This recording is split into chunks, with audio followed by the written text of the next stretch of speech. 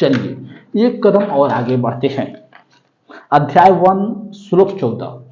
यहाँ पे एक बहुत ही क्रांतिकारी हम हर व्यक्ति के लिए कहते हैं, धरती पे जितने भी मनुष्य है वो सभी के लिए लागू हो रहा। यहाँ पे किस बारे में कह रहे हैं? वो यहाँ पे विवाह के बारे में एक उपदेश दे रहे हैं। जरा ठीक से सुन लीजिए वो क्या कह रहे हैं। वो कह रहे हैं कि जब भी आप विवाह करने जाए, चाहे आप स्त्री हो पुरुष हो, उससे कोई फर्क नहीं पड़ता, विवाह तो सबकी होती है। तो ये कहते हैं कि जब आप अपने पार्टनर को चुनने जाएं तो एक बात का ध्यान रखें कि आप ऊपरी सौंदर्य से ज़्यादा, खूबसूरती से ज़्यादा व्यक्ति के गुण, संस्कार और उसके कुल पे ध्यान दीजिए।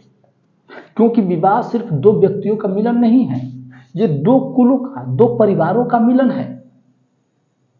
अगर आपको सुंदर स्त्री मिल गई लेकिन चरित्र से हीन है, उसके भीतर कोई गुण नहीं है, आचरणहीन है, तो आपको समाज में अपमान और अशांति के अलावा कुछ नहीं देगी। वहीं अगर आप थोड़ी कुरूप भी चुन लेते हैं, उतनी आकर्षित पत्नी ना हो लेकिन गुणवान हो, प्रतिभा हो उसके भीतर, तो अपने गुण से, अपने आचरण से कुल का मान बढ़ा सकती है। और इसके बारे में ओशो बहुत सुंदर बात बोले थे कि आज के समय में जब हम विवाह करते हैं तो शादी से पहले लड़का लड़की देखने जाता है कि लड़की अच्छी है कि नहीं।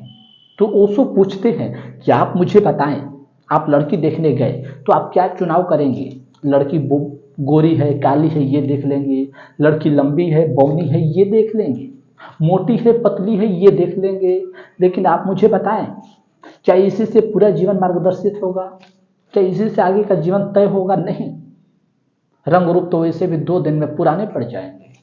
तो फिर हमें क्या करना चाहिए? तो ओशो कहते हैं कि चुनाव करने से पहले गहरा परिचय चाहिए, क्योंकि उस शरीर के पीछे जो व्यक्तित्व है उसके साथ आपको जीवन बितानी है।